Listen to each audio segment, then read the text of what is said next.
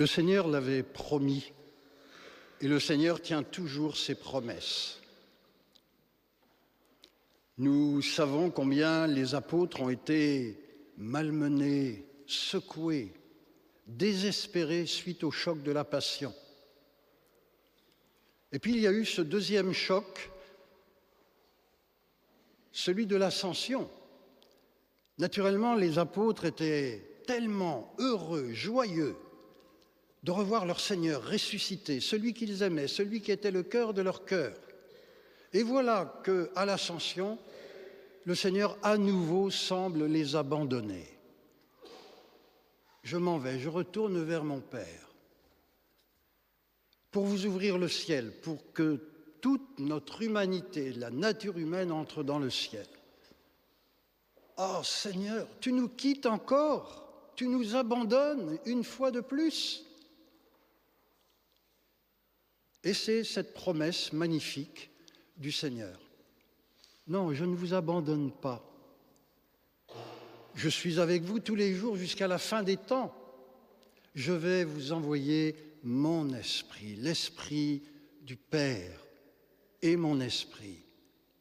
Celui qui, avec le Père et le Fils, reçoit même adoration et même gloire. Celui qui est Dieu au sein de la Trinité. Le Seigneur l'a promis. Ce n'est pas le Dieu des morts, c'est le Dieu des vivants. Ce n'est pas le Dieu qui abandonne l'homme, c'est Dieu qui chemine constamment avec l'homme, y compris sur les routes humaines, pour le faire entrer dans la plénitude de la gloire. Le Seigneur est toujours avec nous. On le répète en chaque célébration. Le Seigneur soit avec vous, le Seigneur est avec vous. Oui, je suis avec vous tous les jours jusqu'à la fin des temps. Comment? Par l'Esprit Saint. L'Esprit d'amour, l'Esprit de lumière, l'Esprit de feu, l'Esprit de Dieu. Alors nous voyons, simplement en lisant les textes, surtout dans le livre des Actes des Apôtres, ce bouleversement.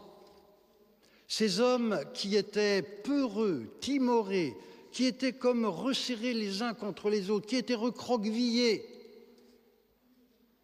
qui se mettent à sortir et à proclamer la bonne nouvelle. Et avec une audace incroyable, puisqu'ils n'hésitent pas à se tourner vers les responsables juifs, les chefs juifs et même la foule et à leur dire « Celui que vous avez crucifié, il est ressuscité, nous vous l'annonçons. » Mais quelle audace! Plus rien ne leur fait peur. Et ils iront comme cela jusqu'au bout de l'amour, jusqu'au martyre, jusqu'à verser leur sang. Quel changement, quel bouleversement! Alors nous pouvons nous interroger nous-mêmes, nous dire, mais ne sommes-nous pas baptisés? Ne sommes-nous pas confirmés? L'Esprit Saint nous habite depuis la grâce de notre baptême. Nous avons été baptisés au nom de la Trinité Sainte, donc l'Esprit Saint est en nous depuis la grâce de notre baptême, et il agit, il se déploie, il nous embrase depuis la grâce de notre confirmation et nous envoie en mission. Quand on se regarde, quand on regarde parfois les chrétiens, on se dit, mais ont-ils vraiment été confirmés? Ont-ils vraiment reçu l'Esprit Saint? La question mérite d'être posée et nous méritons de nous la poser à nous aussi. Est-ce que nous sommes là dans cette société laïcarde, comme on dit, où Dieu est le grand exclu, où l'on n'ose plus se dire chrétien, où il faut rester sociologiquement correct, religieusement correct, politiquement correct, où il faut éviter de faire du bruit parce que sinon on risque de se faire critiquer, malmener. Trop souvent ne faisons-nous pas le choix de nous taire, de faire tête basse? C'est vrai pour les adultes, c'est vrai pour les jeunes. Je suis à l'école, je suis avec mes camarades, Est-ce qu'ils savent seulement que je suis chrétien? Est-ce que j'ose seulement leur dire que je suis chrétien? Les servants de messe qui sont là, est-ce qu'ils vont être capables, quand ils vont se retrouver dans leur univers de collège, de lycée, d'étudiants, de dire « Ah, j'ai eu un super week-end, on a fait un pèlerinage là à Val-Fleury, j'étais avec d'autres servants de messe », ou est-ce que la vie va continuer, puis c'est tout, c'est tout. Parce que si jamais j'ose ouvrir la bouche, il va peut-être y avoir des moqueries. Et alors? Et ce n'est pas seulement vrai pour les jeunes, c'est vrai aussi pour tant et tant d'adultes.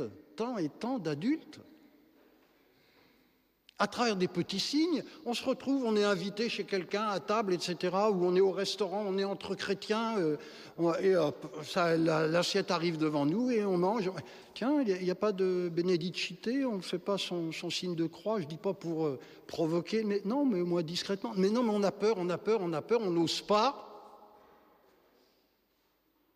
Alors il faut revenir à la Pentecôte. Qu'est-ce qui se passe à la Pentecôte? Je le dis, c'est un grand bouleversement. On n'a plus peur, on a une bonne nouvelle et le Seigneur nous demande de la proclamer à temps et à contre-temps. Allez de toutes les nations, faites des disciples, baptisez-les au nom du Père et du Fils et du Saint-Esprit. Allez. On a reçu l'Esprit Saint, oui ou non? Et on pourrait ajouter cette note. Vous voyez, dans le livre des Actes des Apôtres, quand on nous relate cet événement de la Pentecôte, on nous dit que, tiens, il y a ce mystère, les spécialistes parlent de la glossolalie, le fait de parler en langue et tout le monde comprend, c'est à un moment donné.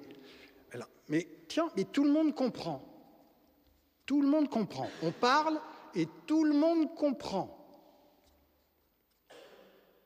Alors que c'est des langues différentes. C'est l'anti-Babel, vous voyez?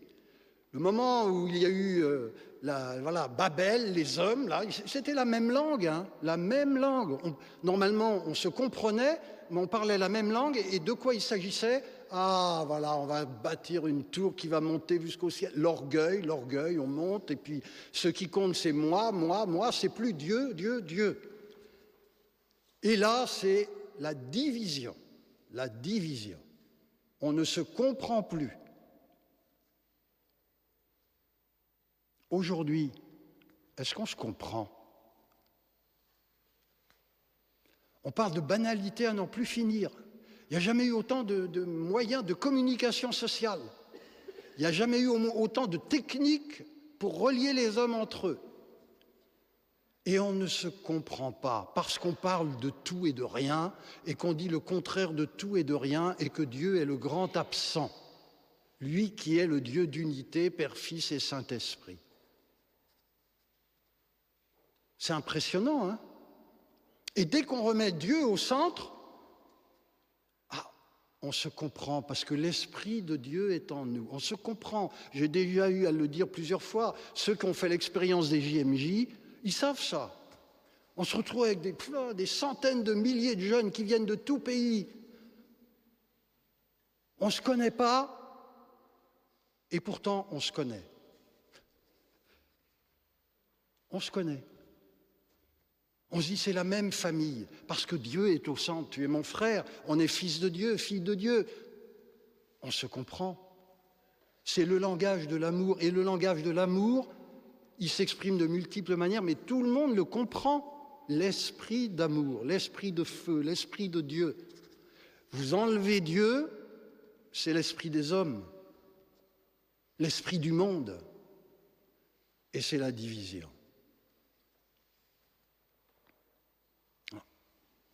Essayez là je m'adresse aux servants, mais ça vaut pour nous tous, Essayez de voir qu'est-ce qu'on se dit entre nous, avec vos camarades, tout ça, quand vous êtes en dehors, en dehors du patro, de quoi on parle, où sont vos vrais amis? Où sont vos vrais amis? Et dans quelques années, quand vous allez cheminer dans la vie, quels seront vos vrais amis? Je ne parle pas de vos potes d'aujourd'hui, hein, mais de vos amis, c'est-à-dire ceux avec qui voilà, on est vraiment unis. Nos cœurs sont proches les uns des autres. Vos vrais amis, ben, ils sont où pas trop. Que de témoignages d'anciens comme ça, qui grandissent, puis leurs amis, c'est ceux qu'ils avaient au pas trop, avec qui ils sont restés en contact. Ben, parce que, voilà, on est centré sur Dieu, sur le souci d'aimer les autres, sur le souci d'avoir un beau cœur. Les autres, les potes, massivement, ils disparaissent de la circulation dans 3 ans, dans 4 ans, dans 5 ans, dans 10 ans, dans 20 ans. Mais nos amis, c'est ceux avec qui on a tissé des liens, pas simplement entre nous, mais Dieu était présent, Dieu était au centre. Alors demandons au Seigneur cette grâce, vraiment de vivre vraiment de l'Esprit Saint qui est en nous, il est en nous, il agit en nous. Laissons-le faire, laissons-le agir, laissons-le nous booster, nous bousculer, nous embraser pour que nous répondions bien à ce que le Seigneur nous demande. Allez de toutes les nations, faites des disciples, proclamez les merveilles de Dieu, chantez le Seigneur sur tous les modes et tous les tons, à temps et à contre-temps. Amen.